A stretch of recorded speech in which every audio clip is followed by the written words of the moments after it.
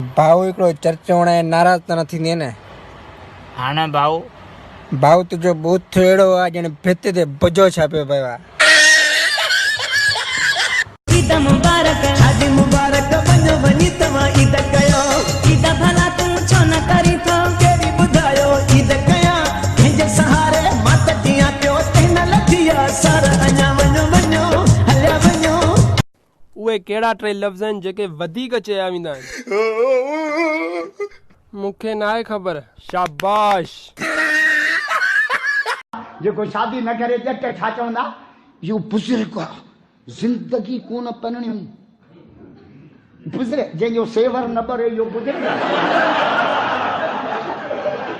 छा थियो यार, छो परेशान वेठो आहे? यार छोकिरी जे भाउ जो मैसेज आयो आहे। मुंहिंजी भेण खे मैसेज करण छॾे ॾे न त मां तोखे गोली मारींदसि। पोइ छॾे ॾे में कहिड़ो मसलो आहे? यार हुन पंहिंजी भेण जो नालो न आहे लिखियो, कंहिंखे छॾियां?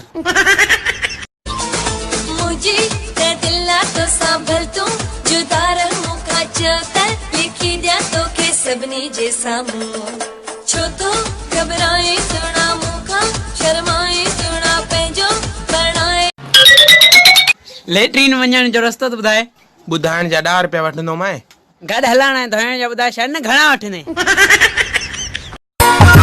तुझे चक्कर में थी वयासी पागल, रोज़ सिम मटाई मोबाइल।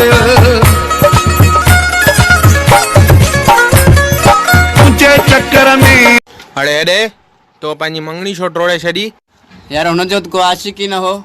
पोइ इहा त भली ॻाल्हि आहे न। तूं इहो त सोच, जेका कंहिंजी न थी सघी उहा मुंहिंजी कीअं थिए हा? तुझे मुझे प्यार जूं ही ॻाल्हियूं किसान कजां, तुझे मुझे प्यार जूं ही ॻाल्हियूं किसान कजां, हिकु तोखे आ ख़बर। छाला गटर? अरे मुंहिंजो नालो त सोनाली आहे। हा सोनाली मिली गटर ठहंदो आहे न। दिल पर ताईं पहुंचायो, मूंखे दिल पर ताईं पहुंचायो, दीदार करण ले आयो मां परदे। इश्क ममताज करे मोलाई, इश्क खसीदो आबाद शाही,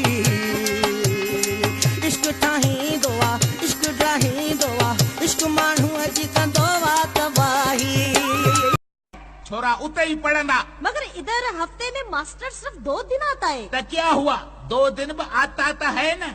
अब पगार मुर्गो 3000, तो 3000 में सजा हफ्ता तो नहीं आएगा न। 5 दिन रक्षा चलाएगा। छाला गटर? अरे मुंहिंजो नालो त सोनाली आहे।